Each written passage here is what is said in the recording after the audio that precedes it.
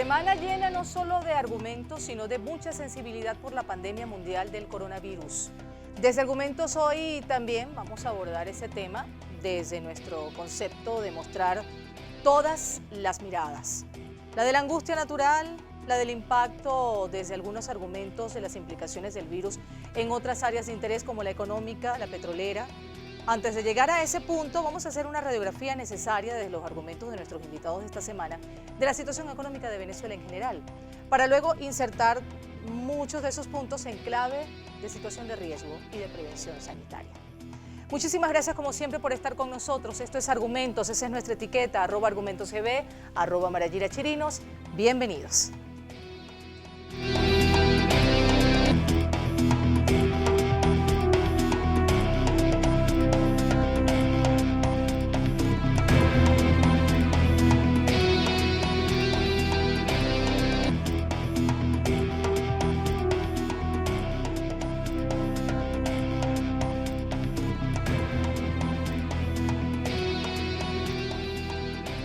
Hablemos de economía en el contexto local. Existe una preocupación generalizada por una economía que es muy difícil de explicar, pero que se vive entre sobresaltos.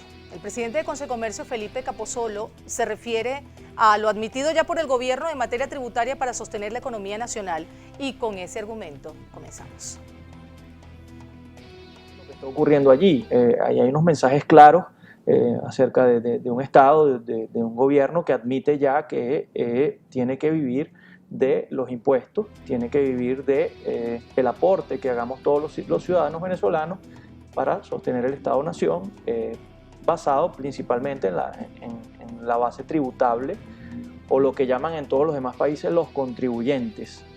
Hay allí un mensaje bien claro de que se pretende vivir de eso. Sí creemos que ir a pechar directamente el pago en dólares no es algo que contribuya o colabore con la herramienta que precisamente está resolviendo los problemas. Nosotros hubiésemos preferido tal vez una rebaja del IVA para privilegiar el uso en bolívares o el uso en petros, que era lo que se busca o lo que se está tratando de premiar, y no ir a castigar a la herramienta, a la divisa que está de alguna manera resolviendo el problema de una parte. Vamos a esa otra parte del estudio, porque a propósito de este señalamiento que hace Capozolo, es justamente una forma de rodear la llamada revolución fiscal, que hace parte del cúmulo de revoluciones dentro de la revolución que hace el gobierno por estos días. Y cómo lo ha venido haciendo y cómo lo refleja además a través de diferentes portales como la Venezolana de Televisión. Por ejemplo, vamos a revisar lo que ha dicho este constituyente acerca de las leyes aprobadas por la Asamblea Nacional Constituyente que van a impulsar lo que ellos denominan la revolución fiscal, dando respuesta a las acciones encaminadas por el presidente de la República, Nicolás Maduro, como instrumentos jurídicos para fortalecer las 7 líneas estratégicas 2020 e impulsar la revolución dentro de la revolución, en este caso la revolución económica. Pero mientras la indetenible dolarización, no legal pero digamos legítima, siempre es tema de análisis, porque es una realidad que ha abierto una muy grande brecha de desigualdad social entre los venezolanos. A esto, por cierto, también se refirió Capozolo con estos argumentos. Y digo una parte porque no todos los venezolanos tienen acceso a la herramienta denominada dólar. Tenemos un amplio porcentaje de la población que no tiene acceso a eso y por eso surge y se abre la necesidad de plantear un reto este año, aparte de buscar la normalización económica, también no permitir que se nos abra una brecha social entre el que tiene y el que no tiene, o el que accede y el que no accede a bienes y servicios. Con visión semejante, pero con un enfoque macroeconómico, el economista Fernando Buniac pone el acento en la dificultad para hacer grandes inversiones, aunque sea el dólar, la moneda que ha dinamizado la economía venezolana. Por supuesto, de eso tenemos que hablar, Ajá. porque tenemos que explicarnos entonces cómo frente a una caída tan importante en el ingreso petrolero, tú tienes una economía que está caracterizada por la dolarización transaccional. Pero esa es otra cosa. Quizás te va a servir para seguir dinamizando internamente la economía, sobre todo el consumo privado. No te va a servir para pagar la deuda, ni para hacer las grandes inversiones. Decíamos en programas anteriores que hay que pensar en soluciones y en alternativas al rentismo petrolero. Y eso se piensa más cuando el precio del barril baja estrepitosamente. Esto ha salido a colación incluso medio de una frase que no debemos desestimar, y es que el futuro está en la tierra. El asunto es que el sector agrícola, y de eso vamos a hablar ahora, es uno de los sectores productivos más seriamente afectados, el ganadero. Y vamos a ver ahora, a través de este portal web, una acción gubernamental que pudiera de alguna forma aliviar el tan golpeado sector. Ejecutivo aprueba exoneración al impuesto de importación del sector ganadero. Se exonera de esta manera del impuesto al valor agregado, al tributo de importación, así como la tasa por determinación del régimen aduanero a bienes del sector agropecuario. Se autoriza de esta manera la exportación del 30% de productos vinculados al sector ganadero. Esto que vemos hace parte de lo que se ha denominado el Plan Estratégico de Cambio de Orientación en materia petrolera, que incluye una mirada más hacia el campo. David Paravicini, experto petrolero, lo argumentó de esta manera. Estratégico para hacer un cambio de orientación de lo que son las políticas públicas petroleras en Venezuela, que tiene que ver con el petróleo, y ser hacia la energía, concentrar los esfuerzos en la capacidad de refinación, en la capacidad de petroquímica, en el aumento de la demanda interna por el aumento de la actividad agrícola, la actividad pesquera, la actividad industrial, es decir, cambiar la orientación de nuestra atención al mercado interno y no al mercado internacional. Fíjense esto, y aquí comienzan todas las piezas a jugar. En este entramado, dolarización, rentismo petrolero, desigualdad social, aparece el petro, herramienta financiera que se intentó penetrar en los sectores de bajos recursos, convirtiéndolo hasta en una moda en el mes de diciembre, ¿recuerdan? Pero se fumó. El economista y presidente de Consecomercio, Felipe Capozolo, lo ve en este momento como un bono. Sí, mira, la situación que mejor define al petro en este momento es un estado de falta de información. Nosotros creemos que el petro tal vez debe ser mejor documentado y mejor narrado, mejor explicado a la población. Creemos que la manera como fue utilizado en diciembre, como una especie de ficha de cambio con pago a fecha futura, realmente eso no va a funcionar, porque eso, si se trata de una especie de bono, bueno, los bonos pierden valor en el tiempo si no son ejecutables al momento. Entonces creemos que esa no sería la figura adecuada. Bueno, pero como es su rol, el gobierno insiste en la formación de los especialistas en esta materia y en la comunidad en general, digamos, para la inclusión consuetudinaria de esta herramienta del petro que califican como criptomoneda. Un argumento que también tiene su contraparte. En todo caso, vamos a ver algunos de los esfuerzos, y en este portal web está, que se han venido haciendo en este sentido. Se trata de un congreso que se celebra justamente este fin de semana en el estado Aragua. Será sede del segundo Congreso Nacional de Criptoactivos. Este fin de semana, el estado Aragua pues se encarga entonces de llevar adelante con especialistas en criptomonedas este congreso organizado por la Federación Venezolana de Estudiantes Universitarios. Este es uno de los temas que mayores argumentos encontrados trae, y eso por supuesto que genera la sensación de incertidumbre con lo que se intenta hacer con esta herramienta que juega a insertarse con credibilidad en el sistema de pago en la economía, pero que carece aún de confianza. Ese tema económico que también se ha visto fuertemente golpeado en estas últimas horas, en estos últimos días, por la pandemia del coronavirus, vamos a seguir hablando. En Argumentos, esa es la etiqueta, Argumentos CB, Argumentos Marayira Chirinos, pausa y ya volvemos.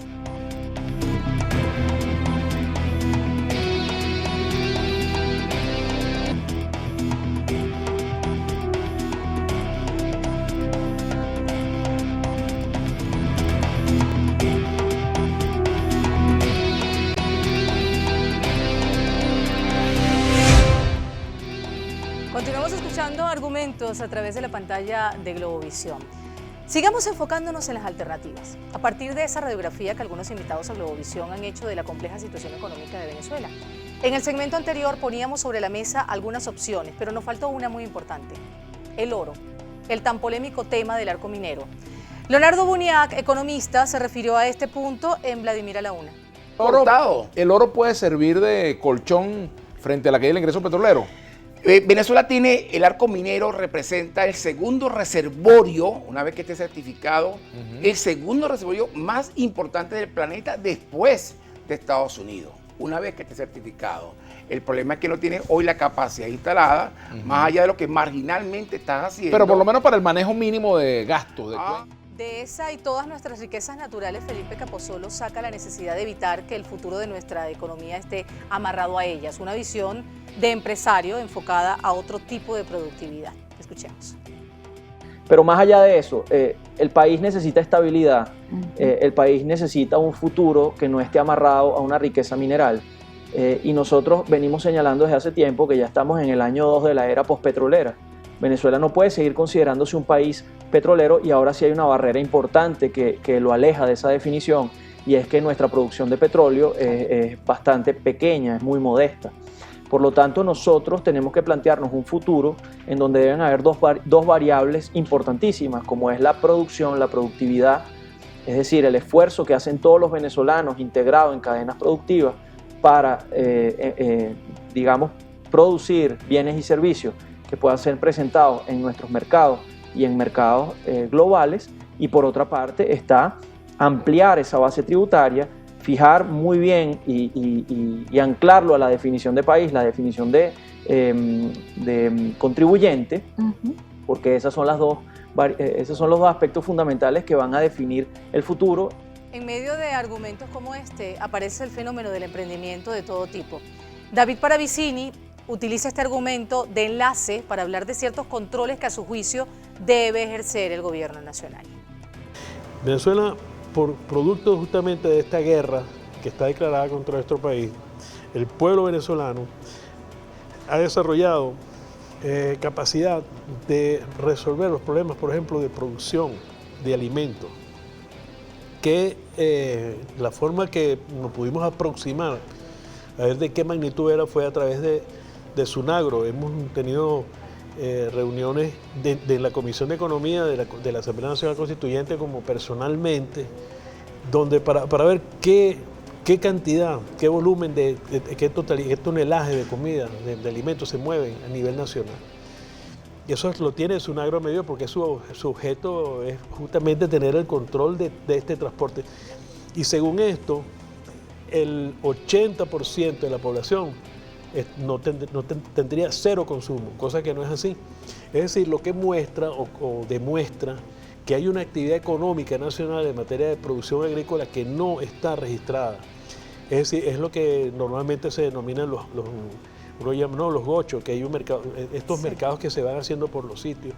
Si usted en Caracas o en cualquier otra ciudad grande, usted se mueve en los alrededores, ve cómo se consigue alimento. Hay alimento en la calle, que son ventas de alimentos que no están siendo registradas ni por el Ministerio de Agricultura y Tierra, ni por SUNAGRO, ni por ninguna institución. Ciertamente el control puede ser necesario, pero ¿dónde queda la corrupción? Punto que muchas veces sale también en nuestras entrevistas. La arista que acompaña todo el tema del emprendimiento tiene una lógica que coincide con la preocupación sobre las oportunidades de empleo realmente productivo, un tema que aborda en su condición de presidente de Concecomercio Felipe Capozolo. Ahora aquí lo que nosotros tenemos que hacer es luchar por producir, luchar por buscar mercados internacionales, y para buscar mercados internacionales tenemos que desarrollar el mercado interno. En ese potenciamiento del mercado interno viene incluido toda la generación de empleo, viene incluido las mejoras en las condiciones de infraestructura del país, en definitiva la mejora en las condiciones de vida del venezolano, que debe ser lo más importante y debe ser el centro de todos nuestros esfuerzos en el futuro. Procurar un venezolano que se desenvuelva en una sociedad donde tenga alcance a cubrir todas sus necesidades, principalmente educación, alimentación. Fíjense que sobre estos temas en particular sí es bien difícil lograr puntos de encuentro. Sin embargo, salta de nuevo la dolarización, específicamente donde hay posiciones radicalmente opuestas, aunque en la práctica quieran o no, quienes se opongan a la dolarización deben vivir en un país dolarizado. Un ejemplo es esta entrevista que vamos a ver de un referente para el sector del gobierno en materia económica. Hablamos de Pascualina Curcio, que sostiene que la dolarización es una forma de invadir a Venezuela y está en el portal de La Iguana TV. Con la dolarización nos están invadiendo, dice esta economista Pascualina Curcio. se ha ganado un puesto como una de las voces más respetadas, decíamos, del debate nacional en el sector gubernamental, y ella sostiene que la dolarización es una forma de invasión en la que las armas del ejército atacante son precisamente los billetes verdes. Lo que se comienza a ver con énfasis es esa profunda preocupación por la ya confirmada llegada, además del coronavirus, a Venezuela. En el tercer segmento quisiéramos justamente abordar este tema, enfocado en la economía nacional, también con el ojo puesto en lo que ocurre internacionalmente en materia económica. Argumentos GB es nuestra etiqueta. Síganos, ya volvemos.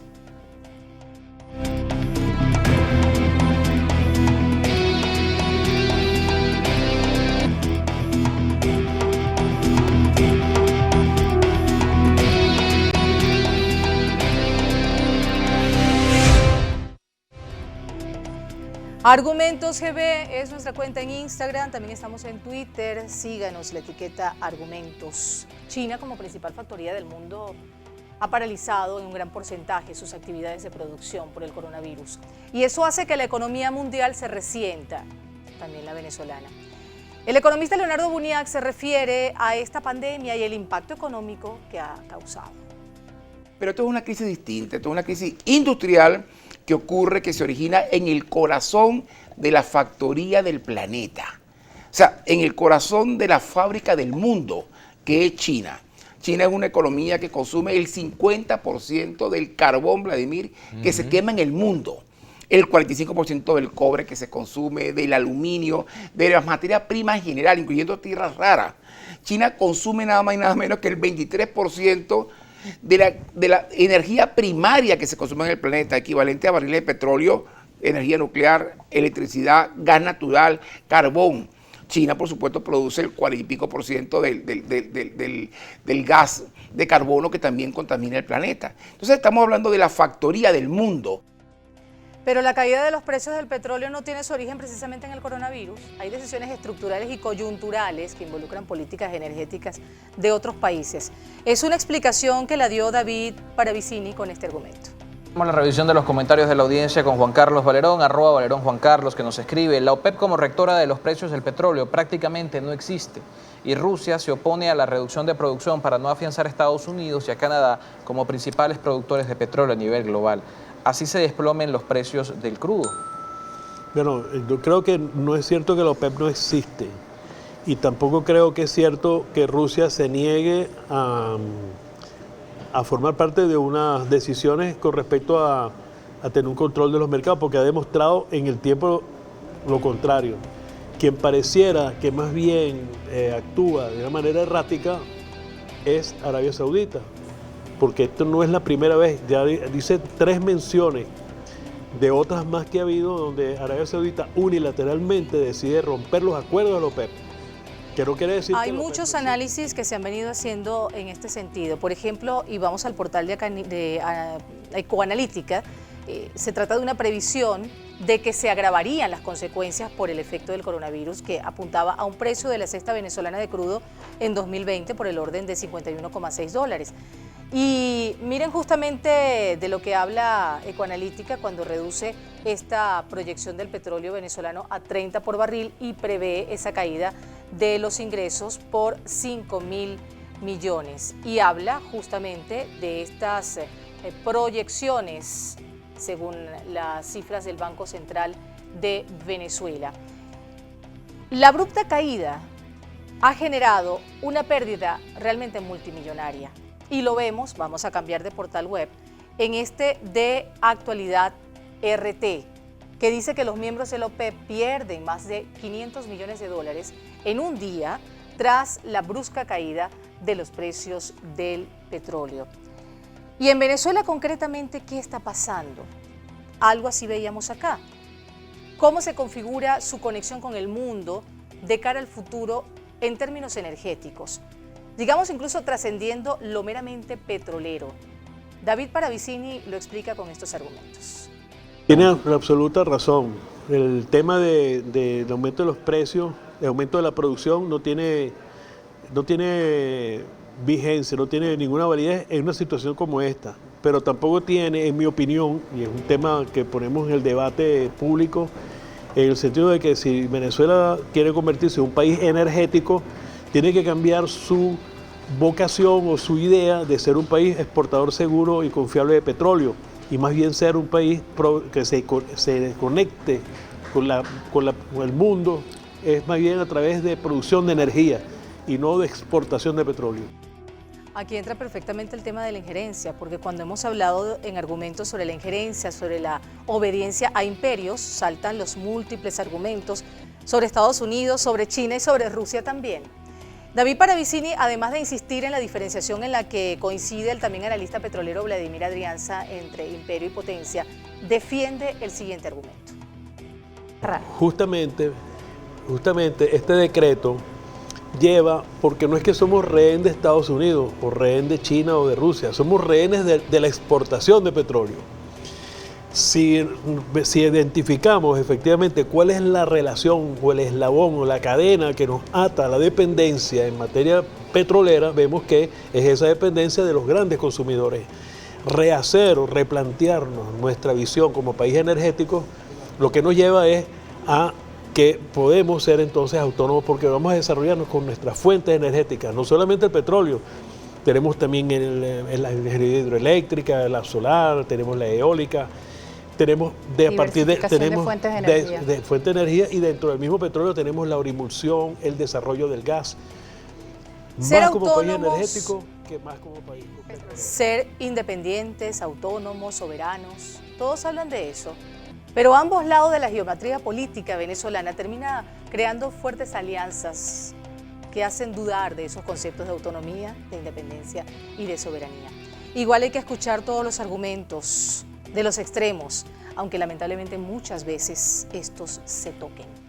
Ha sido un verdadero gusto, gracias como siempre por su amable atención, será hasta una próxima oportunidad.